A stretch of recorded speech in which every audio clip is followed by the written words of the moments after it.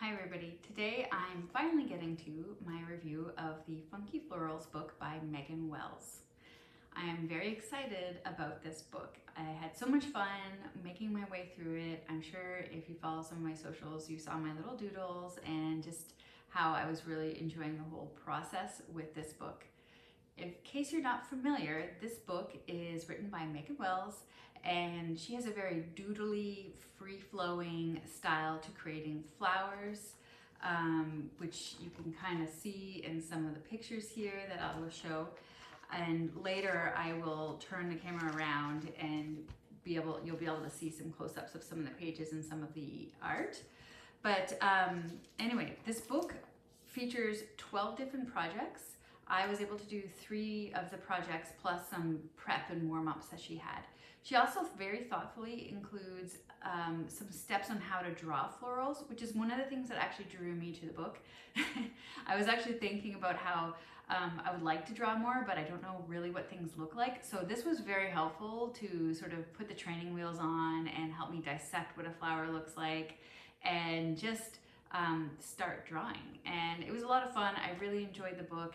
And it's very beautiful, and I'm so excited to have it as a part of my collection. So without further ado, I'm going to turn the camera around. You're going to see the talking hands and all that. And I'm also going to show off some of my own art and what I was able to accomplish while doing the book. And I hope you enjoy, and let me know what your thoughts are and if you've ever had a chance to pick up Funky Florals as well.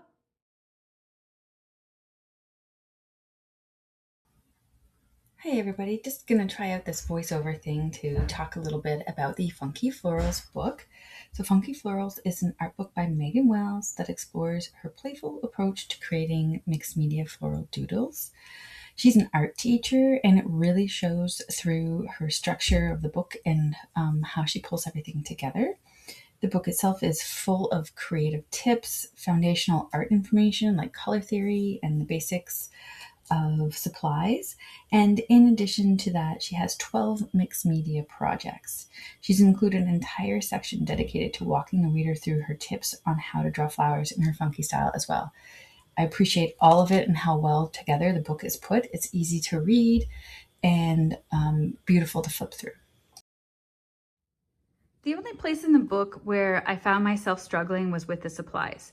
She actually says to go ahead and use the supplies you have on hand and don't feel the need to rush out and buy some new stuff. So I really took that to heart. I didn't have Tombow markers on hand, so I decided to just use watercolors. But I found, as you'll see in my later examples, that it wasn't really as straightforward, and it was best to use markers with this book.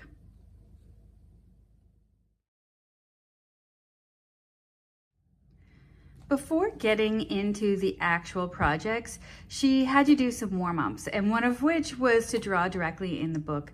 But of course, I didn't want to ruin my book. So I ended up buying a sketchbook, and I used it to do all of the doodles and do some practicing as per her suggestions and little tutorials that she had explaining how to build flowers and how to create doodles. And then I did my practice doodle right here on my sketchbook instead of directly in the book.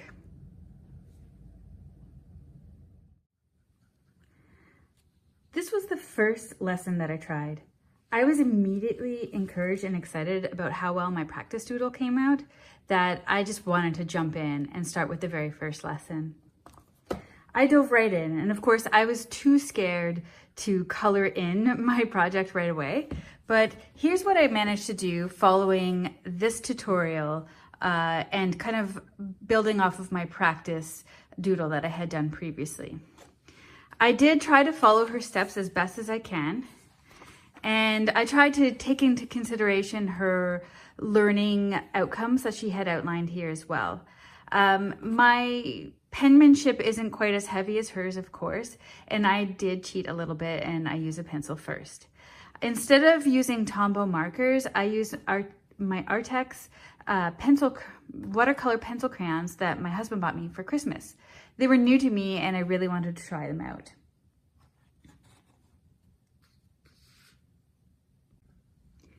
The next lesson I tried to do was party in the background. I thought I would use my watercolors that I had on hand because I didn't have Tombow markers. And pretty much all of her tutorials use Tombow markers, and that's like kind of her main medium that she really zeroes in on. But I thought I could get away with just using my watercolors and then sort of applying her steps to that.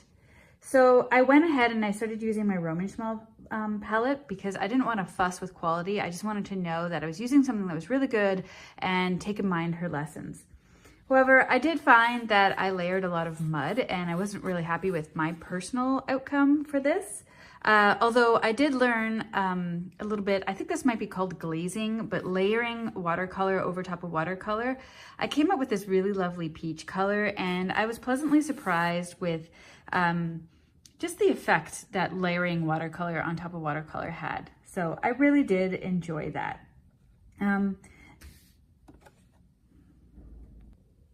That being said, this particular project made me realize that maybe I should invest in some markers.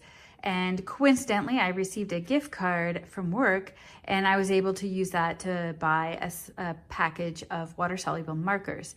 Of course, they weren't Tombow because of various reasons, but I did get a nice quality Ecoline set of water-soluble markers, and I tried that for the final tutorial.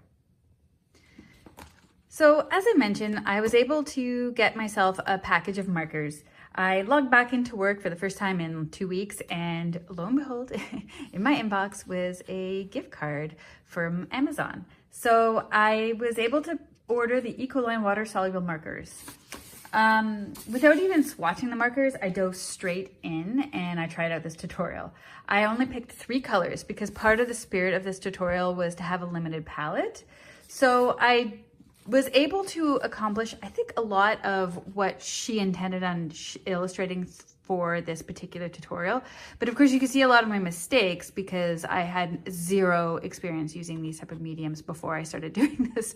I've never used Tombow, I've never used a water-soluble marker, and I just went for it. Is it my most beautiful work? No, but I certainly learned a lot, and I really love that I was able to create so many different colors off of 3 markers. So it was a really beautiful experience, and I really enjoyed this tutorial. I'll probably go back and do them again later when I have some more experience and building off of the lessons that I've learned here today.